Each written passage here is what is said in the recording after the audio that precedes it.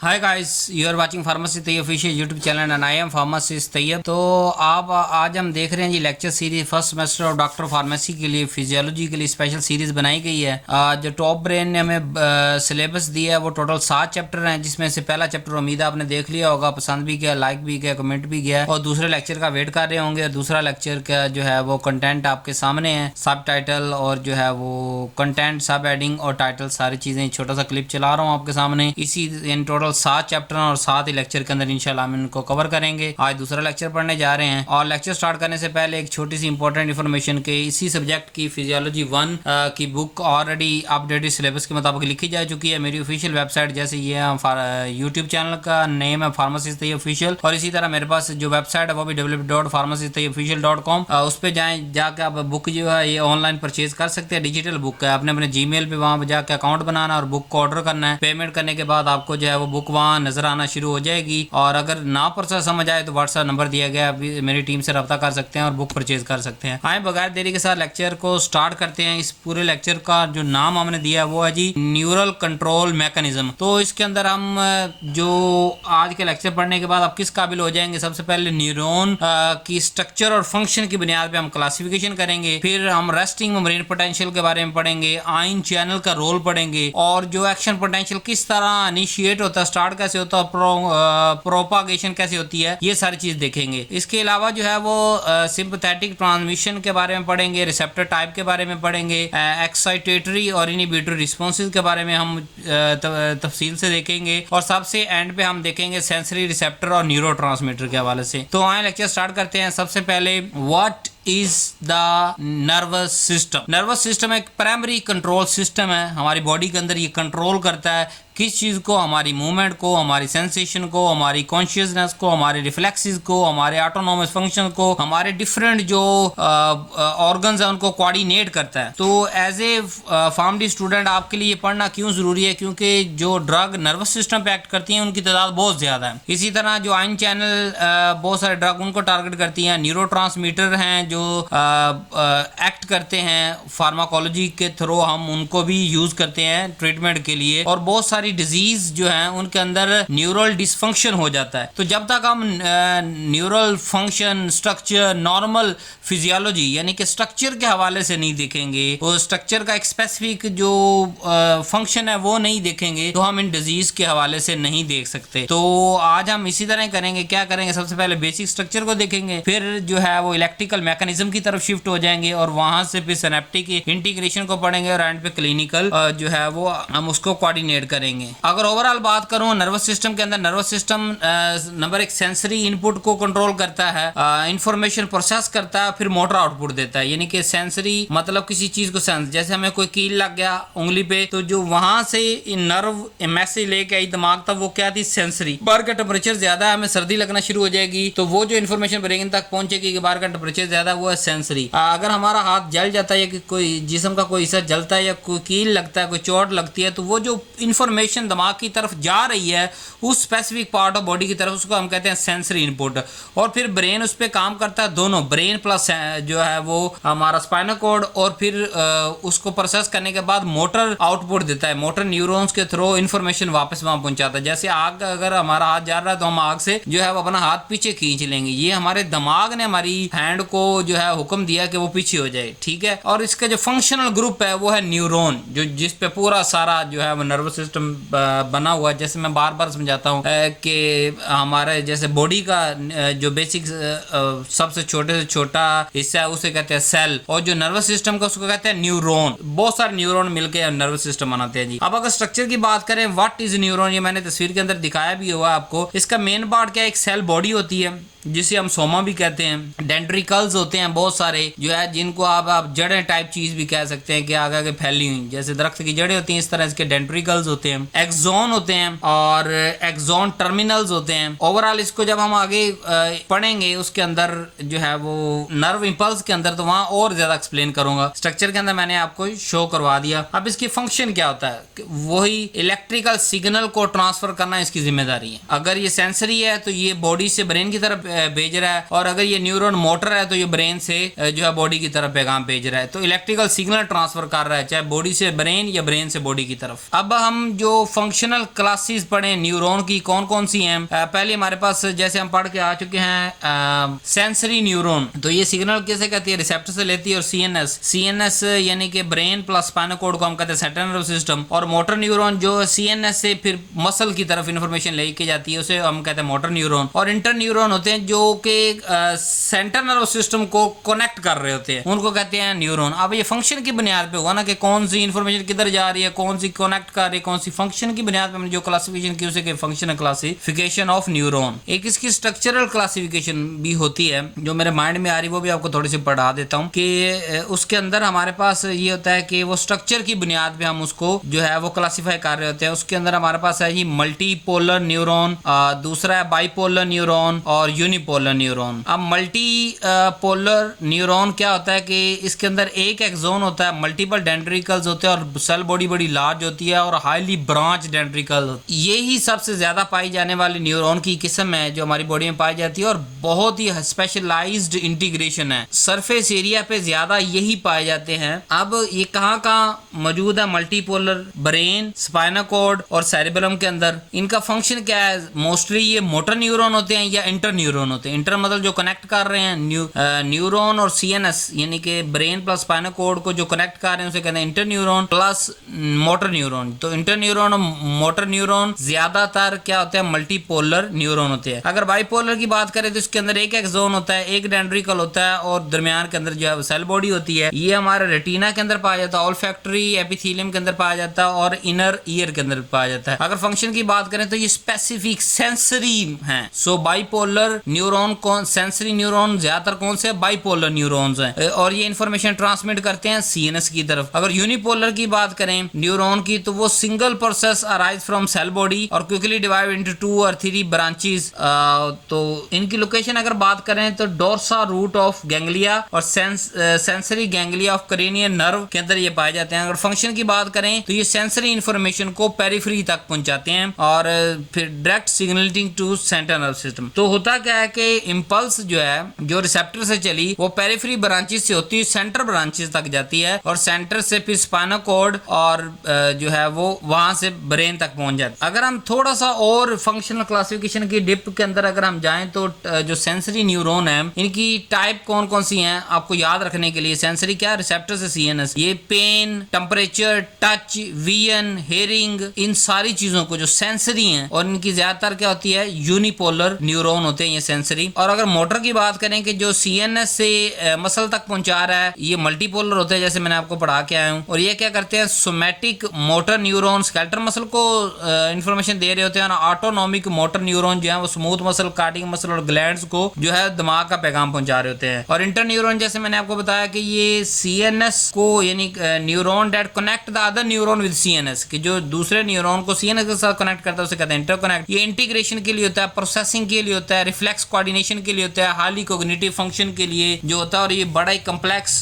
Neutral network होता है। Actually अगर आप ज़हन के अंदर स्ट्रक्चर बनाए तो किस तरह बना सकते हैं कि एक रिफ्लेक्स पाथवे कैसा होगा कि पहले सेंसरी न्यूरॉन से इंफॉर्मेशन जाएगी इंटर न्यूरॉन तक यानी स्पाइनल कॉर्ड तक मोस्ट प्रोबेबली, वहां से फिर कोई ना कोई ऑर्डर पास होगा या ब्रेन से ऑर्डर पास होगा वो स्पाइनल कॉर्ड तक आएगा और वहां से फिर वो मोटर न्यूरॉन के जरिए मसल सेल तक पहुंचेगा और मसल को जो वैसे कॉन्ट्रैक्ट करवाना चाह रहा है तो कॉन्ट्रैक्ट हो जाएगा, रिलैक्स करवाना चाह रहा है तो रिलैक्स हो जाएगा। अब अगर हम यहाँ थोड़ा सा इसकी इंपॉर्टेंस की बात करें कि ये इतना जरूरी क्यों है, इनको जो है फंक्शन जैसे मैंने कहा ना कि इसको थोड़ा सा मैं को रिलेट करके चलूंगा। तो मोटर न्यूरॉन की अगर डिसफंक्शन हो जाए तो पता क्या होता है, स्पाइनल कॉर्ड इंजरी होने की वजह से मोटर न्यूरॉन के जो है वो डिसफंक्शन हो जाता है। और हम जो ड्रग देते हैं वो है मसल रिलैक्सेंट या न्यूरोप्रोटेक्टिव एजेंट देते हैं ताकि स्पाइनल कॉर्ड की इंजरी की वजह से जो मोटर न्यूरॉन डिसफंक्शन हो गए हैं यानी पैगाम नहीं पहुंचा पा रहे या ज्यादा पैगाम पहुंचा रहे हैं या जरूरत से कम पैगाम पहुंचा रहे हैं, तो कहीं जो अल्टीमेटली जो पैगाम बार बार कम ज्यादा या एबनॉर्मल मसल तक पहुंच रहा है कहीं वो ही कंट्रैक्ट हो के खराब ना हो जाए तो हम मसल रिलैक्सेंट इसके अंदर और न्यूरोप्रोटेक्टिव एजेंट देते हैं। अगर सेंसरी न्यूरॉन डैमेज की अगर बात करें तो अगर सेंसरी न्यूरॉन हमारा डैमेज होता है तो क्या होगा, पेरिफेरी न्यूरोपैथी हो जाएगी और न्यूरोपैथी मीन के नर्व्स एंडिंग डैमेज हो जाएंगी। और आपको कहा नर्व्स एंडिंग सेंसरी होती हैं तो वहां से अब लेट्स सपोज जैसे शुगर के अंदर, डायबिटीज के अंदर क्या होता है न्यूरोपैथी होती है, वो जब नर्व एंडिंग डैमेज होती है तो वहां अगर कोई जख्म हो गया तो वो ब्रेन तक उसका पैगाम ही नहीं जाता, वहां कोई चोट लग जाएगी ब्रेन तक जो है उसका जो है वो पैगाम नहीं जा रहा, तो क्या उसकी रिकवरी हो पाएगी? क्या उसको जो है वो उसी तरह ब्लड कोऑर्डिनेशन, हार्मोन कोऑर्डिनेशन, जो पूरा ब्रेन का एक सिस्टम है कि अपने जख्म को सही करना होता है पूरी बॉडी के अंदर, तो वो हो सकेगा? नहीं हो सकेगा। तो सेंसरी न्यूरॉन अगर डैमेज हो जाए, स्पेशली मैंने जैसे शुगर के अंदर आपको पढ़ाया, एक मिसाल दी, तो क्या होता है कि ओवरऑल वो बॉडी का जो पार्ट है वो dysfunction, Aahista Aahista slow and study जो है वो डिसफंक्शन होता चला जा रहा होता है। और इसके लिए ज्यादातर, और फिर दूसरा जो है वो बाज दफा कीमोथेरेपी, यानी कैंसर के ट्रीटमेंट के अंदर भी हम ऐसी मेडिसिन इस्तेमाल करते हैं जो कि उनकी वजह से न्यूरोपैथी हो जाती है, ठीक है। और जो स्पेशल ड्रग हम इनके लिए इस्तेमाल करते हैं वो है एंटी डिप्रेसेंट और एंटी कन्वल्सेंट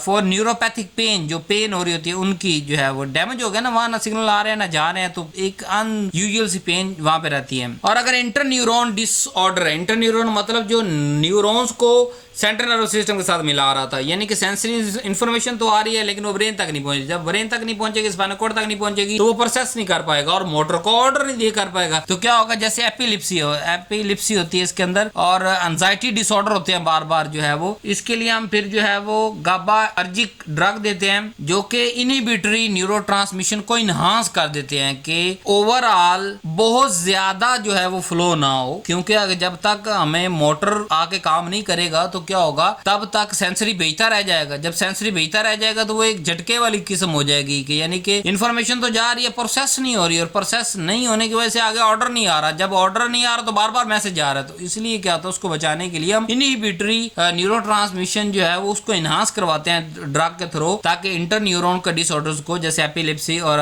एंजाइटी के प्रॉब्लम को हम डील कर सके। अब नेक्स्ट हमारा जो यहाँ पे टॉपिक है जी voltage gated sodium and potassium channel. तो वोल्टेज गेटेड आयन चैनल के अंदर दो हमारे पास होते हैं, वोल्टेज गेटेड सोडियम चैनल, एक होता है वोल्टेज गेटेड पोटेशियम चैनल। इनका फंक्शन क्या होता है कि ये एक्शन पोटेंशियल को ना सिर्फ जनरेट करते हैं बल्कि पूरा प्रोपागेट करते हैं। अब जो वोल्टेज गेटेड अगर सोडियम चैनल की मैं आपको बात करूं तो ये क्या करता है, ओपन रैपिड, और ये रैपिडली ओपन हो जाते हैं जब डीपोलराइजेशन होती है और सोडियम को इनफ्लक्स अंदर आने देते हैं, जिसकी वजह से ओवरऑल जो मेम्ब्रेन पोटेंशियल है वो राइज हो जाता है और एक्शन पोटेंशियल बिगन हो जाता है। जैसे कि ज्यादातर हम यहाँ पे लोकल एनेस्थेटिक लिडोकेन इस्तेमाल करते हैं इन गेट्स को टारगेट करने के लिए। इसी तरह वोल्टेज गेटेड पोटेशियम चैनल जो है ये रीपोलराइजेशन जब जो है वो बंद होनी होती है एक्शन पोटेंशियल, तब ये चैनल ओपन होते हैं और ये पोटेशियम की इफ्लक्स पोटेशियम को बाहर निकाल देते हैं और ओवरऑल फिर रेस्टिंग मेम्ब्रेन पोटेंशियल रिस्टोर हो जाता है और नर्व सिग्नल की जो है वो transmission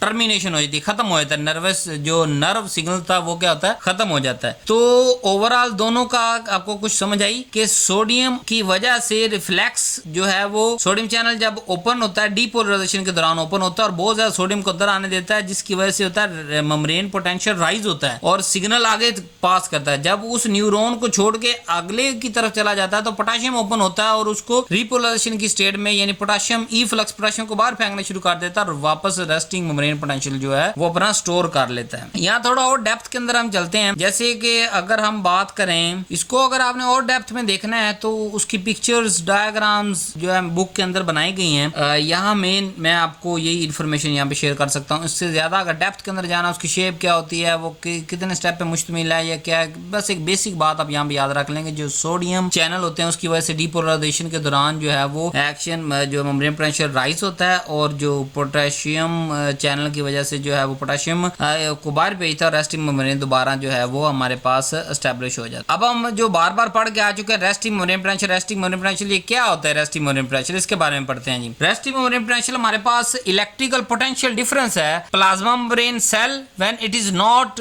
actively transmission and impulse, कि जब कोई सेल मेम्ब्रेन रेस्ट पे है उस वक्त उसका इलेक्ट्रिकल पोटेंशियल डिफरेंस क्या है, वो होता है -17 मिलीवोल्ट। इसको हम कहते हैं रेस्टिंग मेम्ब्रेन पोटेंशियल। जैसे अभी पढ़ा के आ चुका हूं कि ये रेस्टिंग मेम्ब्रेन पोटेंशियल किस वजह से जो है वो मेंटेन होता है, सोडियम पोटेशियम पंप की वजह से, कि जब पोटेशियम ओपन होता है बहुत ज्यादा पोटेशियम बाहर चला जाता है और रेस्टिंग मेम्ब्रेन पोटेंशियल दोबारा स्टोर हो जाता है। अब अगर मैकेनिज्म की बात करें तो इसके अंदर सबसे पहले कंट्रीब्यूटिंग फैक्टर हमारे पास हैं हाईली इंट्रासेलुलर पोटेशियम के अंदर हमारे पास बहुत ज्यादा पोटेशियम स्टोर होगा, बाहर सोडियम होगा, और जब ये पंप ओपन होगा तो क्या होगा, और ये सेलेक्टिवली मेम्ब्रेन परमीएबल है, जब ये सोडियम पोटेशियम पंप जो है वो एक्टिवेट होगा तो क्या करेगा।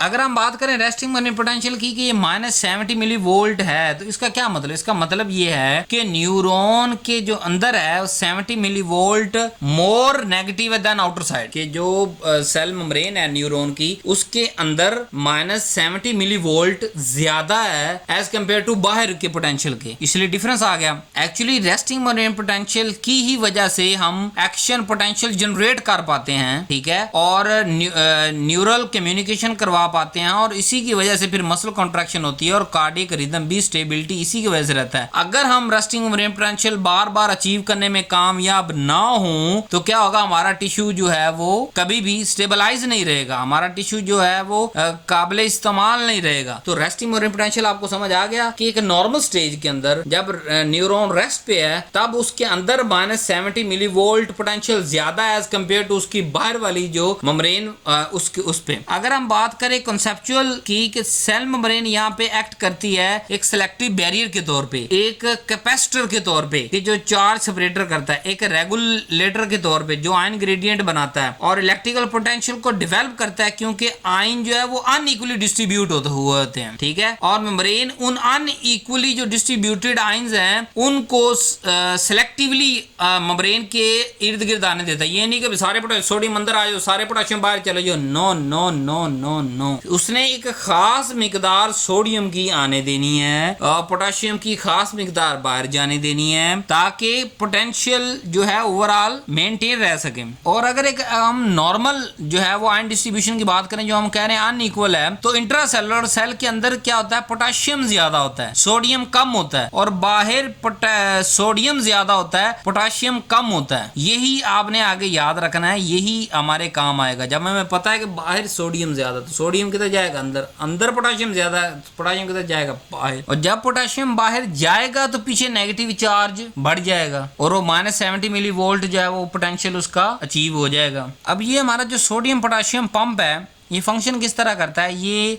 अगर 3 लेट्स सपोज सोडियम बाहर जा रहे हैं ना तो 2 पोटेशियम अंदर आने देता है और एटीपीज का इस्तेमाल करता है ताकि आयनिक ग्रेडियंट मेंटेन रह सके और एक स्मॉल नेगेटिव चार्ज जो है वो मेम्ब्रेन पे बना रह सके। लेट्स सपोज अगर ये पंप ना हो सोडियम पोटेशियम को अंदर बाहर करने के लिए तो क्या होगा, ग्रेडियंट कोलैप्स कर जाएगा और रेस्टिंग मेम्ब्रेन पोटेंशियल डिसअपीयर हो जाएगा। अब अगर स्टेप वाइज बात करें, हमारे पास होता क्या है कि अंदर पोटेशियम ज्यादा है तो पोटेशियम डिफ्यूज करता है बाहर की तरफ और बाहर जो है वो अंदर नेगेटिविटी चार्ज डेवलप करता है। उस चार्ज की वजह से क्या होता है कि सोडियम लीक होकर अंदर आ जाता है और जब सोडियम अंदर आता है तो वो स्टेबलाइज करने के लिए -70 मिलीवोल्ट का पोटेंशियल आ जाता है जिसे हम कहते हैं रेस्टिंग मेम्ब्रेन पोटेंशियल। अब रेस्टिंग मेम्ब्रेन पोटेंशियल हम इतना क्यों पढ़ रहे हैं, इसलिए पढ़ रहे हैं ताकि रेस्टिंग की कंडीशन हमें समझ आएगी तो हम एक्चुअल एक्शन पोटेंशियल समझ सकेंगे कि अगर रेस्टिंग मेम्ब्रेन पोटेंशियल के बगैर no depolarisation, no nerve impulse, ठीक है, सो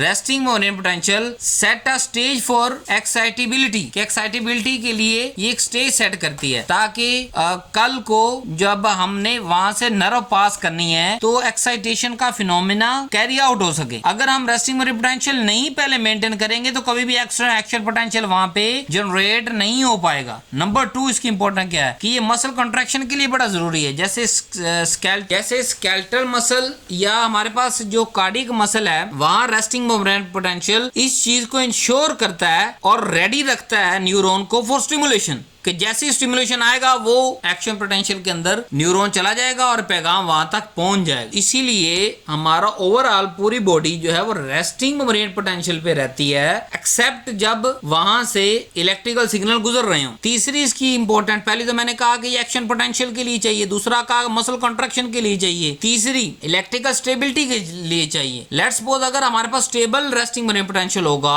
वो ही स्पॉन्टेनियस फायरिंग को प्रोटेक्ट करेगा। अगर हमारा जो है वो पीछे से सिग्नल आ रहे हैं, एक्शन पोटेंशियल जनरेट हो रहा है और आगे रेस्टिंग मेम्ब्रेन पोटेंशियल नहीं है तो क्या होगा कि वो कोलैप्स कर जाएगा हमारा सिस्टम सारे का सारा। अच्छा यार रेस्टिंग मरीन पोटेंशियल की एक बात और समझ लें कि यहाँ मेन किरदार पोटाशियम का है, क्योंकि पोटाशियम बाहर जाती है तो ही अंदर पॉजिटिव चार्ज डेवलप होता है, जिसकी वजह से सोडियम अंदर लीक आउट हो जाता है और -70 millivolt potential difference achieve हो जाता है। अब हम चलते हैं आपके मेन टॉपिक एक्शन पोटेंशियल की तरफ। Rapid temporary change in membrane potential. क्या वहां से जब पैगाम गुजरना है, सारी रेस्टिंग मेम्ब्रेन पोटेंशियल पे न्यूरॉन्स, वहां से जो पैगाम गुजर रहा है उसको हम कहते हैं एक्शन पोटेंशियल। इसलिए हमने उसे कहा इट इज रैपिड, कि गुजरेगा फौरन पीछे रेस्टिंग मेम्ब्रेन पोटेंशियल आ जाएगा। प्लस टेम्परेरी चेंज, कुछ चेंजेस लाएगा किसके अंदर, रेस्टिंग मेम्ब्रेन पोटेंशियल के अंदर। फेस क्या होती है इसकी, तीन मेन फेसेस है जी, डीपोलराइजेशन, रीपोलराइजेशन और हाइपरपोलराइजेशन। अगर एक्शन पोटेंशियल की हम फंडामेंटल की बात करें तो ये इलेक्ट्रिकल सिग्नल देता है फॉर एक्साइटेबल टिश्यूज के लिए, जो कि न्यूरॉन को इंपल्स ट्रांसमिट करने के लिए मदद देता है। नंबर 2, किसी भी स्केलेटल मसल को कॉन्ट्रैक्ट करने के लिए मदद देता है। किसी कॉन्ट्रैक्ट कराना है, वहां से एक्शन पोटेंशियल गुजरेगा तो वो जाके स्केलेटल मसल को बताएगा ना तूने कॉन्ट्रैक्ट होना है। कार्डियक मसल को बीट करने के लिए वहां से एक्शन पोटेंशियल गुजरता है। अगर एक्शन पोटेंशियल नहीं होगा तो जो नर्वस और मस्कुलर सिस्टम है वो फंक्शन नहीं कर सकते। तो बात समझ रहे हैं। पहले मैंने आपको पढ़ाया नॉर्मल रेस्टिंग मेम्ब्रेन पोटेंशियल, जो 24 घंटे हमारी बॉडी के अंदर रहता है। लेकिन जब कोई सेंसरी इंफॉर्मेशन आई ब्रेन तक और उसने फिर आगे पैगाम भेजना है मसल या कार्डियक तक, तो वो एक्शन पोटेंशियल प्रोड्यूस करेगा न्यूरॉन्स के अंदर, temporary but rapid change in membrane potential, जो कि पैगाम पहुंचाएगा कार्डियक मसल तक या स्केलेटल मसल तक कि वो कॉन्ट्रैक्ट कर सके। और इसकी ड्यूरेशन कितनी होती है, अब ड्यूरेशन पे आप सोच के हैरान परेशान हो जाएंगे। सिर्फ 1 से 2 मिली सेकंड, 1 से 2 सेकंड नहीं कह रहा, 1 से 2 मिली सेकंड इसकी ड्यूरेशन होती है किसी भी न्यूरॉन पे। उसके बाद फिर रेस्टिंग मेम्ब्रेन पोटेंशियल अचीव हो जाता है, ताकि अगर पीछे से पैगाम आ रहा है फिर दोबारा वो जो है गुजर सके। रेस्टिंग तो हम पढ़ के आ चुके। रेस्टिंग के अंदर हमारे पास होता है -70 मिली वोल्ट, और मैंने आपको समझा के भी आ चुका, क्योंकि पोटेशियम बाहर जाता है, सोडियम अंदर जो है पॉजिटिव चार्ज डेवलप होता है, जो है वो अंदर पोटेशियम बाहर जाता है, अंदर नेगेटिव चार्ज डेवलप होता है। नेगेटिव चार्ज होने की वजह से सोडियम अंदर चला जाता है, सोडियम अंदर जाता है तो -70 मिली वोल्ट जो है वो एक्शन जो मेम्ब्रेन पोटेंशियल, जिसको हम रेस्टिंग मेम्ब्रेन पोटेंशियल कहते हैं, वो अचीव हो जाता है। बट अगर हम इसकी फेसेस की बात करें और इसकी जो पहली फेस डीपोलराइजेशन है उसके अंदर 30 मिली वोल्ट जो है वो 30 मिली वोल्ट पॉजिटिव के अंदर आता है। अब इस पहले फेसेस हम पढ़ लेते हैं, फिर मैं आपको समझाता हूँ कि कैसे। 4 टोटल फेसेस हैं, या 3 कह लें या 4 कह सकते हैं हम। कुछ बुक्स 4 कहते हैं, कुछ बुक 3 कहती हैं, तो मेन 3 ही है, डीपोलराइजेशन, रीपोलराइजेशन और हाइपरपोलराइजेशन। अगर चौथे की बात करें तो जैसे मेरी बुक के अंदर मैंने वहां भी 4 स्टेप लिखे हैं, डीपोलराइजेशन और ओवरशूट, फिर रीपोलराइजेशन, फिर हाइपरपोलराइजेशन, ताकि कॉन्सेप्ट को ज्यादा अच्छे से समझ जा सके। डीपोलराइजेशन के फेस के अंदर क्या होता है, वहां एक थ्रेशोल्ड रीच होता है जिसकी वैल्यू होती है -55 मिली वोल्ट। और ये कैसे थ्रेशोल्ड रीच करता है कि voltage gated sodium channel open होते हैं, सोडियम अंदर इन्फ्लक्स कर जाता है और मेम्ब्रेन कम नेगेटिव हो जाती है। यानी रेस्टिंग मेम्ब्रेन पोटेंशियल क्या आता था, -70। अब क्या होगा, जब वहां पे डीपोलराइजेशन स्टेट फेस स्टार्ट होगी तो बहुत ज्यादा सोडियम खुल जाएंगे चैनल। जब बहुत ज्यादा सोडियम खुल जाएंगे तो बहुत सारा सोडियम अंदर चला जाएगा। जब सोडियम अंदर चला जाएगा तो अंदर नेगेटिव की जगह पे मोर पॉजिटिव चार्ज हो जाएगा, या ओवरऑल जो नेगेटिव है वो कुछ कम हो जाएगा, यानी -70 से -55 मिली वोल्ट की तरफ शिफ्ट हो जाएगा। क्योंकि ये सोडियम ही कर सकता है। क्यों, सोडियम के पास एक तो कंसंट्रेशन ग्रेडियंट होती है जो बाहर से अंदर जानी होती है, प्लस इलेक्ट्रिकल ग्रेडियंट जो है वो नेगेटिव इंटीरियर को कम करके डीपोलराइजेशन करवाता है। तो इसलिए मैसिव सोडियम अंदर इंटर हो जाता है, जिससे क्या होता है कि rapid upward rise in membrane potential, this is called rising face of action potential, या हम इसे कहते हैं डीपोलराइजेशन। यानी रेस्टिंग मेम्ब्रेन पोटेंशियल पे हमारे पास -70 मिली वोल्ट होता है। अब जब पीछे से पैगाम आया, डीपोलराइजेशन हुई, तो डीपोलराइजेशन के अंदर क्या होता है कि सोडियम चैनल बहुत ज्यादा ओपन हो जाते हैं। अब अंदर नेगेटिव था, जब सोडियम बहुत ज्यादा मैसिव अंदर चले गए तो क्या हो गया, कुछ नेगेटिव कम हो गया। कितना कम हो गया, -70 से -55 पे आ गया, ठीक है। और इस सोडियम के इनफ्लक्स अंदर आने की वजह से क्या हुआ, फिर कंसंट्रेशन ग्रेडियंट चेंज हो गया, जो कि पहले हम स्टेबलाइज कर चुके थे। सो रैपिड राइज आया मेम्ब्रेन पोटेंशियल के अंदर। अब दूसरा हमारे पास होता है जो कि मैंने अपनी बुक के अंदर लिखा है, ओवरशूट फेस, कि membrane potential crosses 0 millivolt and become positive. कि डीपोलराइजेशन के बाद एक फेस ऐसी आती है, इतना सोडियम अंदर चला जाता है, इतना इतना सोडियम अंदर चला जाता है कि 0 मिली वोल्ट आ जाता है, और 0 मिली वोल्ट के बाद वो पॉजिटिव की तरफ जाता है और पीक प्लस 30 मिली वोल्ट तक पहुंच जाती है। अब जब 30 मिली वोल्ट तक पहुंचती है तो सोडियम चैनल इनएक्टिवेट हो जाते हैं और पोटाशियम चैनल खुलना शुरू हो जाते हैं। अंदर इस वक्त जब सोडियम चैनल इनएक्टिवेट हो गए हैं और पोटाशियम चैनल खुलना शुरू हो गए हैं, तो इस वक्त तक अंदर रिलेटिवली पॉजिटिविटी ज्यादा है, क्योंकि प्लस 30 मिली वोल्ट तक हम पहुंच चुके हैं बाहर की निस्बत। अब दूसरी, या मेरी किताब के मुताबिक तीसरी जो फेस है रीपोलराइजेशन, इसके दौरान क्या होता है कि जो voltage gated sodium channel inactivate हो जाते हैं और voltage gated potassium channel open हो जाते हैं, और फिर पोटाशियम बहुत ज्यादा बाहर लीक होना शुरू हो जाता है और आहिस्ता आहिस्ता कंसंट्रेशन जो है वो क्योंकि अंदर पोटेशियम मैं आपको बढ़ा के आ चुका ज्यादा है, तो जब वो बाहर जाएगा तो बाहर तो रिस्टोर करेगा नेगेटिविटी। किस हद तक रिस्टोर करेगा कि मेम्ब्रेन पोटेंशियल दोबारा -70 मिली वोल्ट तक आ जाए, इसे हम फॉलिंग फेज कहते हैं। आगे आगे हाइपरपोलराइजेशन फेज या आफ्टर पोटेंशियल भी इसे आप कह सकते हैं। हाइपरपोलराइजेशन का मतलब होता है कि जब -70 आ गया, अचीव हो गया, मतलब रेस्टिंग मेम्ब्रेन पोटेंशियल आ गया रिपोलराइजेशन के अंदर, तो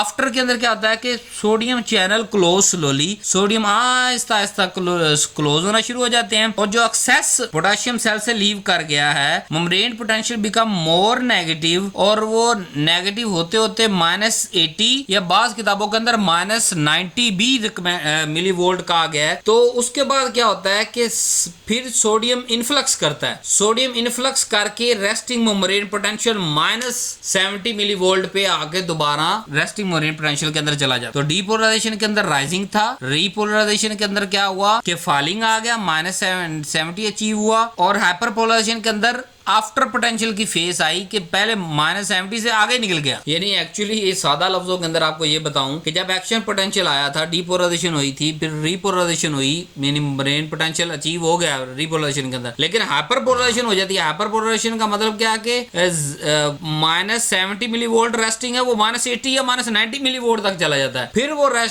जो है वो रेस्टिंग पोटेंशियल ग्रेडियंट अपने आप को ओवरकम करने के लिए कुछ पोटेशियम सोडियम अंदर जाता है, वो फिर -70 पे हो जाता है। अब दोनों स्टेप समझ आ गए। वो रेस्टिंग जो 24 घंटे हमारी नर्व्स के अंदर रहता है, और ये एक्शन पोटेंशियल जो कि एक रैपिड राइज ग्रेडियंट चेंज लाता है, जिससे क्या होता है इस सारे जो सोडियम पोटेशियम अंदर गए, मैंने आपको 3-4 स्ट्रेटजी पढ़ाई, इसके दौरान क्या हुआ कि न्यूरॉन में से इलेक्ट्रिकल सिग्नल गुजर गया, जो कि जिसने आगे जाकर स्केलेटल या कार्डियक मसल्स के अंदर जाकर पैगाम दिया, और कार्डियक जब पैगाम देगा तो हार्ट को बीट करेगा, मसल को पैगाम देगा और मसल कंट्रैक्ट कराएगा। अगर थोड़ा सा मैं जरा आपको क्विकली रिवाइज करवा दूं स्टेप वाइज, रेस्टिंग स्टेज थी पहले, फिर थ्रेशोल्ड अचीव हुआ, थ्रेशोल्ड -55 मिली वोल्ट, फिर सोडियम चैनल ओपन हुए, बहुत सारा सोडियम अंदर आ गया, फिर डीपोलराइजेशन हुई, ठीक है, सोडियम चैनल इनएक्टिवेट हो गए, फिर पोटेशियम चैनल ओपन हुआ, फिर जो है वो पोटेशियम इफ्लक्स हुआ, फिर रीपोलराइजेशन, और थोड़े एक अरसे के लिए हाइपरपोलराइजेशन आई, और फिर वापस रेस्टिंग मेम्ब्रेन पोटेंशियल की तरफ शिफ्ट हो गया। मूवमेंट ऑफ आयन मैंने यहाँ लिख दिया आपके समझाने के लिए, लेकिन अगर आप एक सादा फार्मूला याद रखोगे तो आपको हमेशा बात याद रहेगी कि नर्व के अंदर पोटेशियम ज्यादा है और नर्व के बाहर सोडियम ज्यादा है, तो जो चीज अंदर है उसने बाहर जाना जाना, यानी कि पोटेशियम बाहर जाएगा, और पोटेशियम की वजह से ही चेंज आना होता है। रेस्टिंग मेम्ब्रेन पोटेंशियल भी इसी वजह से अचीव होता है, और एक्शन पोटेंशियल भी इन्हीं आयंस की मूवमेंट की वजह से चेंज होता रहता है। हाइपरपोलराइजेशन की स्टेज बाद बच्चे मिक्स कर जाते हैं, बच्चे सोच रहे होते हैं, आप लोग ये सोच रहे होते हो कि अच्छा हाइपरपोलराइजेशन के अंदर ऐसा क्या हुआ कि एक्शन पोटेंशियल आप कह रहे हैं कि डीपोलराइजेशन और रीपोलराइजेशन 2 स्टेज पूरी हो गई, यानी मैसेज गुजर गया उसमें से, लेकिन क्योंकि अब आयन इतने फिक्स तो नहीं है कि एग्जैक्ट -70 पे रुक जाएंगे, तो वो -80 या -90 पे जाके वापस सोडियम चैनल जो है वो सोडियम अंदर आएगा, -70 आएगा। एक छोटा सा आप कह लें कि हर न्यूरॉन, वैसे लफ्ज एरर इस्तेमाल नहीं करना चाहिए क्योंकि एक नॉर्मल प्रोसीजर है, लेकिन आपको समझाने के लिए कि एक छोटी सी एडजस्टमेंट होती है हाइपरपोलराइजेशन वापस रेस्टिंग मेम्ब्रेन पे लाने के लिए, क्योंकि रीपोलराइजेशन के अंदर भी -70 पे हम पहुंच गए थे, लेकिन हाइपरपोलराइजेशन के अंदर -70 से भी आगे गुजर जाते हैं, और फिर हाइपरपोलराइजेशन जब खत्म होती है तो आहिस्ता आहिस्ता -70 पे फिर आ जाते हैं हम। अब अगर एक्शन पोटेंशियल की बात करें कि एक्शन पोटेंशियल कैसे जो है वो प्रोपोगेट होता है, एक्शन पोटेंशियल स्प्रेड होता है along the axon by sequentially opening the sodium channel, जैसे जैसे आगे आगे सोडियम चैनल ओपन होते चले जाएंगे तो वो आगे आगे प्रोपागेट होता चला जाएगा। अब इसके 3 तरह के होती हैं टाइप्स प्रोपागेशन की। एक होती है कंटिन्यूस कंडक्शन, कि आई जा रहा आई जा रहा आई जा रहा। दूसरा होता है साल्टेरी कंडक्शन, माइलिनेटेड फाइबर्स जिसके अंदर मौजूद होते हैं वो, और ये थोड़ा सा फास्टर होता है एज कम्पेयर टू कंटिन्यूस। अब एक हमारे पास आता है रिफ्रैक्टरी पीरियड, ऐसा पीरियड जब neuron can not generate N other action potential, के दो एक्शन पोटेंशियल के दौरान एक फेस ऐसी भी आती है कि जब जो है वो न्यूरॉन जो है ना वो इस काबिल नहीं रहता कि वो एक्शन पोटेंशियल जो है वो कर सके, प्रोड्यूस कर सके, उसको कहते हैं रिफ्रैक्टरी पीरियड, या जिसको मैं अपनी जबान में कहता हूँ रीसेट पीरियड। अच्छा, उसको चलो पढ़ाते हैं, थोड़ा और चलते हैं आगे। आफ्टर एक्शन पोटेंशियल के बाद क्या होता है कि membrane can not immediate fire again, कि दोबारा वहां से नहीं गुजर सकता दूसरा। इस पीरियड को कहते हैं रिफ्रैक्टरी पीरियड, और इसके 2 तरह के होते हैं, एक होता है एब्सोल्यूट रिफ्रैक्टरी पीरियड, एक होता है रिलेटिवली जो है वो रिफ्रैक्टरी पीरियड। अब एब्सोल्यूट रिफ्रैक्टरी पीरियड क्या होता है? Occur during depolarization and early repolarization, कि जब अभी पहले ही डीपोलराइजेशन का फिनोमेना या रीपोलराइजेशन का फिनोमेना उस पे जारी है तो पीछे से नई डीपोलराइजेशन तो नहीं हो सकती। डीपोलराइजेशन के बाद रीपोलराइजेशन, फिर जो है वो आगे हाइपरपोलराइजेशन होगी तो फिर ही आगे चलेगा ना, फिर ही जो निजाम हमारा चलेगा। तो अगर न्यूरॉन डीपोलराइजेशन या अर्ली रीपोलराइजेशन की स्टेज में है तो उस वक्त जो नर्व नहीं गुजर पाती उस पीरियड को कहते हैं एब्सोल्यूट, कि हो ही नहीं सकता। रिलेटिव रिफ्रैक्टरी पीरियड की अगर बात करें तो वो वक्त होता है जब लेट रिपोलराइजेशन और हाइपरपोलराइजेशन के दौरान न्यूरॉन होता है फिर भी वो नहीं गुजरने देता, क्योंकि हाइपरपोलराइजेशन के बाद मैंने आपको कहा कि रेस्टिंग मेम्ब्रेन पोटेंशियल आएगा, उसके बाद ही कोई दूसरी जो है वो गुजर सकेगी। ऑल एंड नथिंग प्रिंसिपल भी होता है ये हमारे पास, कि action potential obey the all or none principle, यानी if threshold is reach full action potential occur, if threshold is not reach no action potential. यानी ये नहीं होता कि पार्शियल को एक्शन पोटेंशियल हो जाए, अद्धा का सिग्नल गुजर जाए, अद्धा का फिर पीछे पे आवे, फिर अद्धा आ रहा है, फिर पीछे पे आवे। जिवें मिसाल तो दी होते कि रेस्टिंग तो डीपोलराइजेशन रीपोलराइजेशन ते हाइपर पोलराइजेशन तो बाद फिर रेस्टिंग मेम्ब्रेन ते रेस्टिंग मेम्ब्रेन तो बाद फिर अगर पिछला कोई सिग्नल आ रहा है ते ਉਹਨੂੰ ਅਸੀਂ ਜਿਹੜਾ ਨਾ रेस्टिंग तो बाद डीपोलराइजेशन हो सकती है। लिहाजा अगर न्यूरॉन ऑलरेडी 2 तरह ਦੀ ਤੁਹਾਨੂੰ ਰਿਫਰੈਕਟਰੀ ਪੀਰੀਅਡ ਪੜਾਏ, ਪਹਿਲਾ ਪੜਾਇਆ ਐਬਸੋਲੂਟ ਰਿਫਰੈਕਟਰੀ ਪੀਰੀਅਡ। ਐਬਸੋਲੂਟ ਰਿਫਰੈਕਟਰੀ ਪੀਰੀਅਡ ਯਾਨੀ ਮਤਲਬ ਜਦੋਂ ਸੈੱਲ न्यूरॉन डीपोलराइजेशन या अर्ली रीपोलराइजेशन ਦੇ ਫੇਜ਼ ਵਿੱਚ ਹੈ ਉਦੋਂ भी नहीं गुजरन देवेगा, नन ਦਾ रूल लगेगा। जो और जो रिलेटिवली होएगा यानी लेट रिपोलराइजेशन या हाइपरपोलराइजेशन फिर भी नन का प्रॉब्लम लगेगा। बट जो डीपोलराइजेशन रिपोलराइजेशन हाइपरपोलराइजेशन और फिर रेस्टिंग मेम्ब्रेन अचीव होएगा फिर ऑल द फिनोमेना लगेगा, यानी सिग्नल हमेशा उदों ही गुजरेगा जो रेस्टिंग मेम्ब्रेन पोटेंशियल अचीव होएगा तो अगला सिग्नल आएगा। ये नहीं कि अद्धा अगला सिग्नल गुजर गया, अद्धा पिछला फिर गुजर जाए, फिर अद्धा और गुजर जाए, नहीं, ऑल एंड नन। या तो सारे का सारा सिग्नल गुजरेगा और पूरी फेसेस अचीव होंगे, depolarization repolarization hyperpolarization resting membrane potential, फिर दोबारा जनाब डीपोलराइजेशन रिपोलराइजेशन हाइपरपोलराइजेशन और फिर रेस्टिंग मेम्ब्रेन पोटेंशियल। ये नहीं हो सकता कि डीपोलराइजेशन तो बाद डायरेक्ट हाइपरपोलराइजेशन आ जाए, हाइपरपोलराइजेशन के बाद डायरेक्ट रेस्टिंग मेम्ब्रेन फिर डीपोलराइजेशन। अजीबो गरीब निजाम नहीं चल सकता, हर स्टेज ने फॉलो करना जरूरी है। This is called all and none principle. अब प्रोपागेशन की बात जैसे मैंने अभी थोड़ी सी ऊपर की कि प्रोपागेशन जब एक दफा जनरेट हो जाता है ना तो local depolarization trigger adjacent sodium channel and impulse travel along the axon, के जो डीपोलराइजेशन हुई फिर अगले की डीपोलराइजेशन फिर अगले की फिर अगले की फिर इस तरह एक्सोन दर एक्सोन दर एक्सोन दर एक्सोन सिग्नल ट्रांसफर होता चला जाएगा।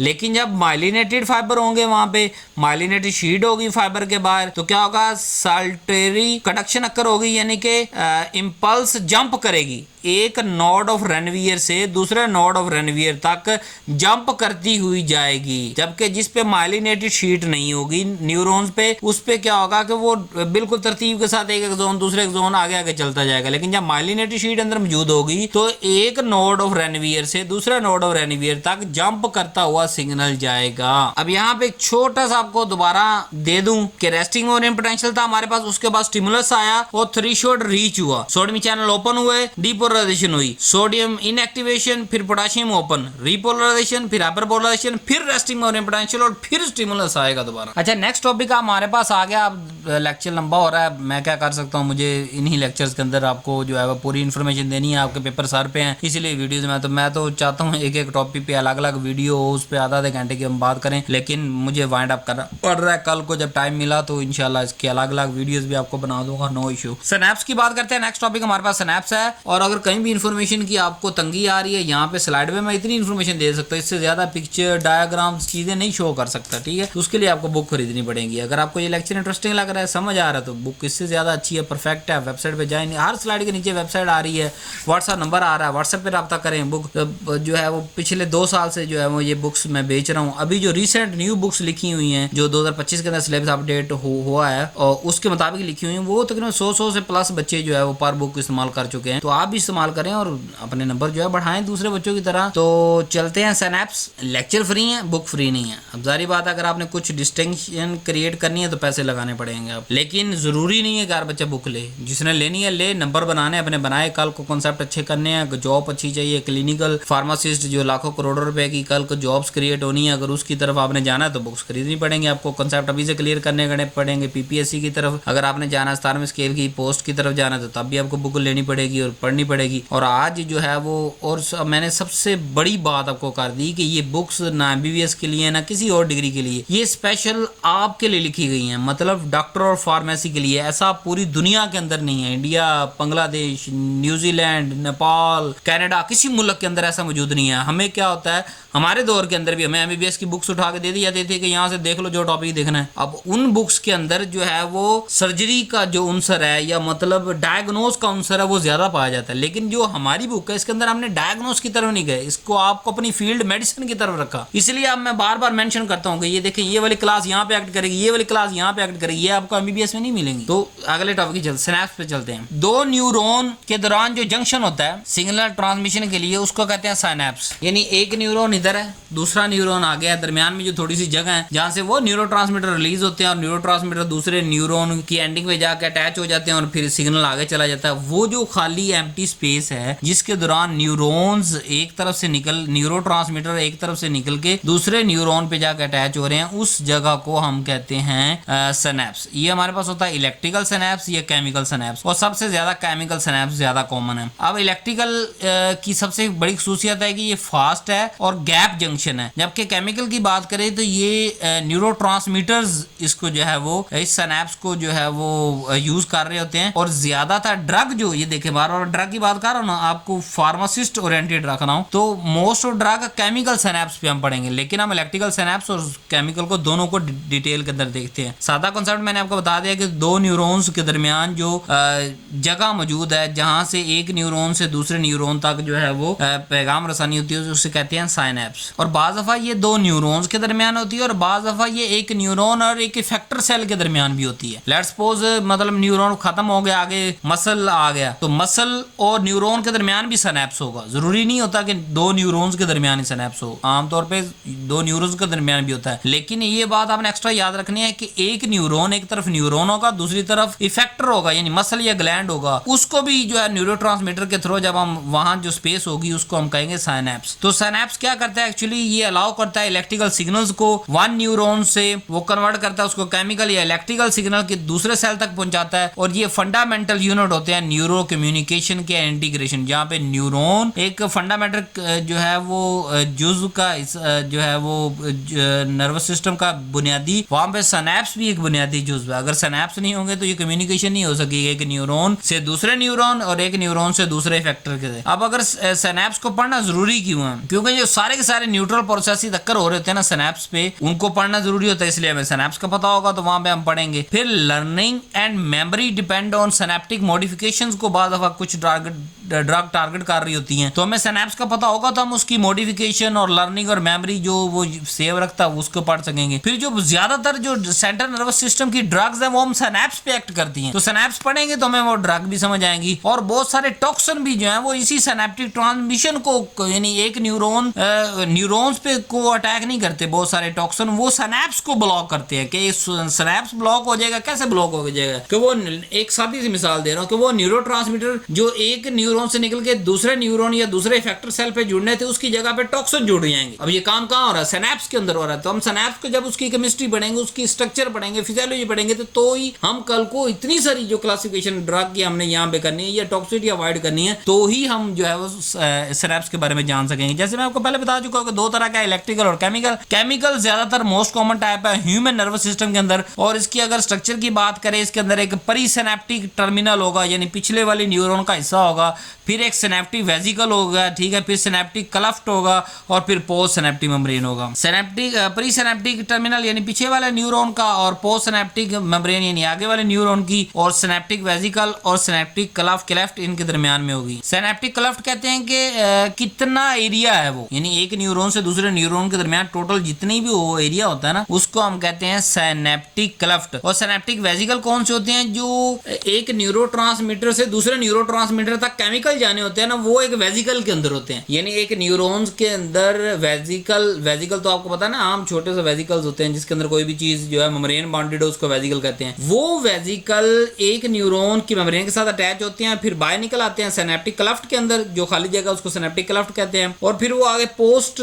टर्मिनल पे आगे वेसिकल अटैच हो जाते हैं। तो ये चार मेजर चीजें थी हमारे पास। एक था प्री सिनेप्टिक जो पीछे वाले न्यूरॉन का, दूसरा पोस्ट सिनेप्टिक जो बाद वाले न्यूरॉन का, सिनेप्टिक क्लेफ्ट जो खाली जगह मौजूद है, सिनेप्टिक वेसिकल्स जो कि एक वेसिकल के अंदर स्टोर होके जो है वो क्लेफ्ट तक पहुंचता है, और वहां पे वो समझ लें फट जाता है, और टर्मिनल जो है वो न्यूरोट्रांसमीटर को आगे ट्रांसफर कर देता है। और सिनेप्टिक क्लेफ्ट अगर जो उसकी गैप की बात करें, ये 20 से 40 नैनोमीटर होता है, इतना को लंबी चौड़ी जगह नहीं होती। सिर्फ क्या होता है कि प्री सिनेप्टिक और पोस्ट सिनेप्टिक सेल्स को अलग अलग कर रहा होता है। अब सिनेप्टिक ट्रांसमिशन के स्टेप पढ़ते हैं जो कि बड़े मजेदार है। सबसे पहले यहाँ पे क्या आएगा? एक्शन पोटेंशियल आएगा ना प्री सिनेप्टिक पे, यानी कि ऊपर न्यूरॉन से सिग्नल आता आता टर्मिनल पे पहुंच जाएगा। प्री सिनेप्टिक यानी सिनेप्टिक से पहले वाला जो न्यूरॉन वहां तक सिग्नल पहुंच जाएगा। जब वहां पे पहुंचेगा तो क्या होगा? डीपोलराइजेशन होगी, मतलब वोल्टेज गेटेड कैल्शियम चैनल यहाँ पे ओपन हो जाएंगे। वो कैल्शियम चैनल ओपन होने से क्या होगा कि कैल्शियम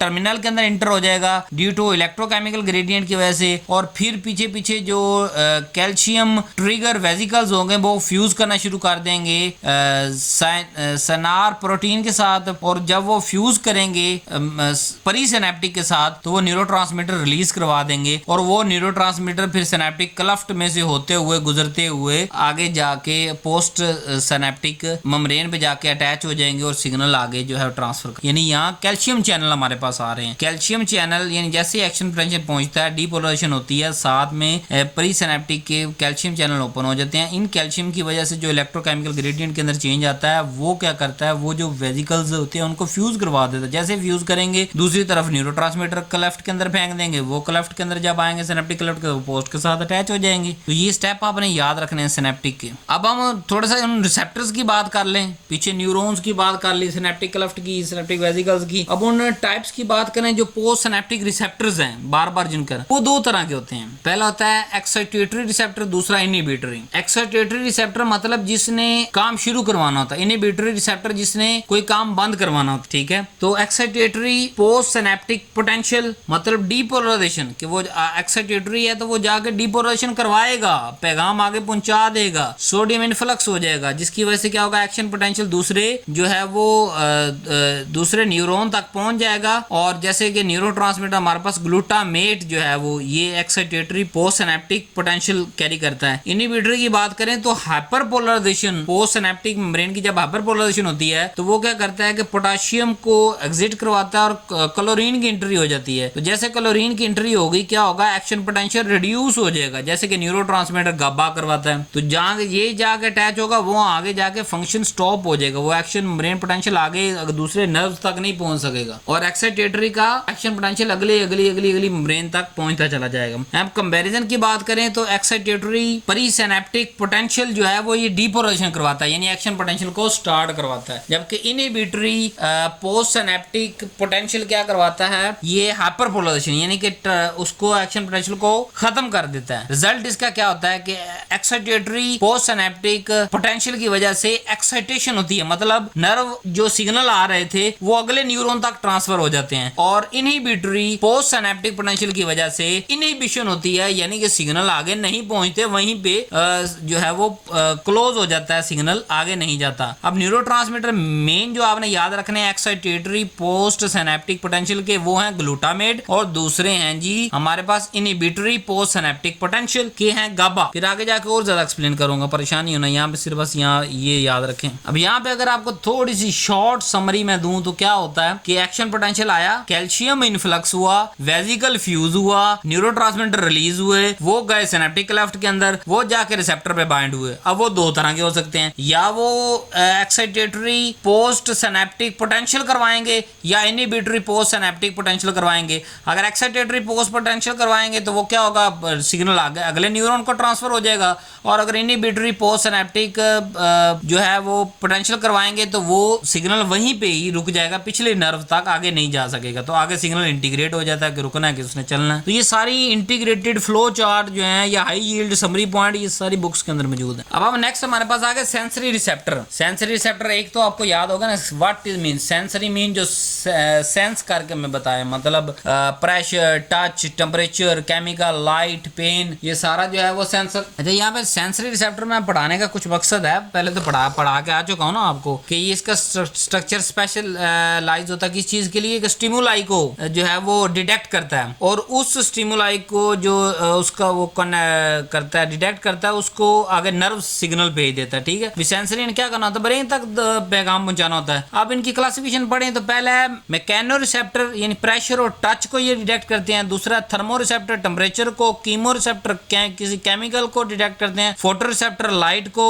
और नोसिसेप्टर पेन को जो है वो इंटरप्रेट करके डिटेक्ट करके ब्रेन तक नर्व सिग्नल भेज देते हैं। जी तो ये थे हमारे पास सेंसरी रिसेप्टर। अब हम थोड़ा सा आगे चलते हैं और आपको बताते हैं न्यूरोट्रांसमीटर के हवाले से। इतनी दफा मैंने लफ्ज इस्तेमाल कर लिया, न्यूरोट्रांसमीटर रिलीज हो रहा है, न्यूरोट्रांसमीटर। आप भी कहेंगे सर ये पता नहीं कौन सी बला है, तो आज इनके बारे में पढ़ लेते हैं। न्यूरोट्रांसमीटर ये केमिकल मैसेंजर होते हैं जो कि सिग्नल को ट्रांसफर करते हैं एक न्यूरॉन से दूसरे न्यूरॉन तक, यानी केमिकल एक न्यूरॉन के एंडिंग से रिलीज हुआ, सिनेप्टिक क्लेफ्ट से गुजरा और अगले पोस्ट सिनेप्टिक पे आगे अटैच हो गया, और वो दो तरह के इनहिबिटरी और एक्सिबिटरी, एसिटाइलकोलिन है, डोपामीन है, सेरोटोनिन है, ग्लूटामीन है और गाबा है हमारे। यहाँ मैं अभी तक आपको दो क्लासिफिकेशन पढ़ा के आ चुका हूँ। क्या मैंने कहा था, ग्लूटामेट वो क्या है एक्सिटेटरी और गाबा क्या है इनहिबिटरी। ठीक है, इस तरह बाकी का भी आपने मालूम करना और नीचे कमेंट के अंदर लिखना है कि एसिटाइलकोलिन क्या है, डोपामीन क्या है, सेरोटोनिन, ये तीन जिम्मेदारियां आपकी होगी। आपने मुझे नीचे अलग अलग कमेंट करने और बताना है कि एसिटाइलकोलिन इनहिबिटरी है या एक्साइटेटरी है, डोपामीन इनहिबिटरी, एक्साइटेटरी है, सेरोटोनिन इनहिबिटरी, एक्साइटेटरी। न्यूरोट्रांसमीटर समझ आ गया। ये केमिकल है जो एक न्यूरॉन से निकलता है दूसरे न्यूरॉन पे चला जाता है, और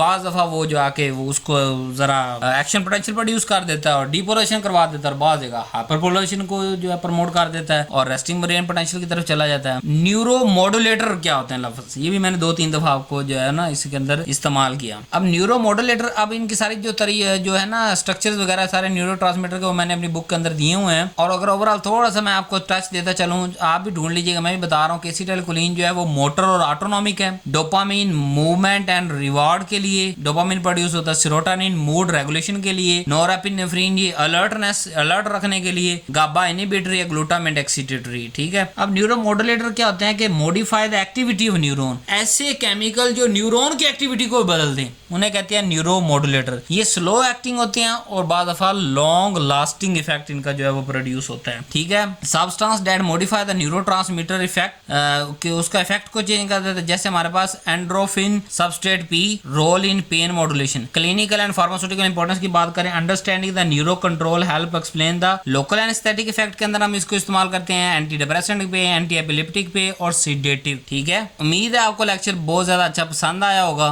एंड पे जो न्यूरोट्रांसमीटर, न्यूरो मॉड्यूलेटर ये सारी चीजें मैंने आपको पढ़ाई, ये भी आपको समझ आई होंगी, और परेशान होने की बात नहीं, जिस पावे आप कमेंट करेंगे उस पर एक अलग से छोटी सी इसी सीरीज के अंदर नीचे वीडियोस अटैच। सीरीज समझ आ रही है ना कि पहले 6 से 7 लेक्चर मेन है पूरे चैप्टर के, फिर इससे जो छोटे छोटे कॉन्सेप्चुअल वीडियोस होंगी डायग्राम्स के साथ दूसरी के साथ, वो जो है वो नीचे इसी प्लेलिस्ट के अंदर साथ में अटैच कर दूंगा। कोर्स यूट्यूब ने अब इन वीडियोस को कोर्स के तौर पे रिकमेंड करना शुरू कर दिया है। आपके पास कोई एक वीडियो अगर पहुंच रही है तो उसका पूरा कोर्स आप देख सकते हैं। वीडियो को लाइक जरूर किया करें, वीडियो को शेयर किया करें, फेसबुक पे शेयर करने की जरूरत नहीं, टिकटॉक टिकटॉक पे शेयर करने की जरूरत नहीं, यूट्यूब पे शेयर करने की जरूरत नहीं, सिर्फ अपने जो व्हाट्सएप का आपका ग्रुप है अपनी क्लास फेलो का उन तक पहुंचा दे। बस आपका जो है वो समझे आपने मुझे इस वीडियो का रिवॉर्ड दे दिया और अगली वीडियो के लिए मोटिवेशन दे दी, क्योंकि जितना ज्यादा आप इसको शेयर करेंगे उतना अगला जो है वो लेक्चर जल्दी अपलोड होगा। तो सारे लेक्चर्स को लाइक और शेयर लाजमी किया करें। और कोई कमेंट, जैसे मैंने ये सवाल पूछा था उसका जवाब वैसे मैंने दे दिया है। अगर आप इस हिस्से तक वीडियो के पहुंच चुके हैं तो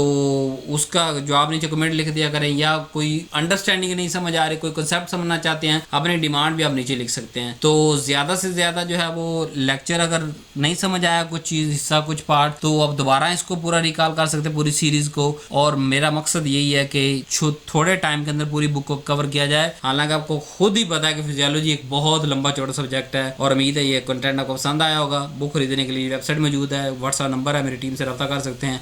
thank you very much. Allah हाफिज़। Love you so much.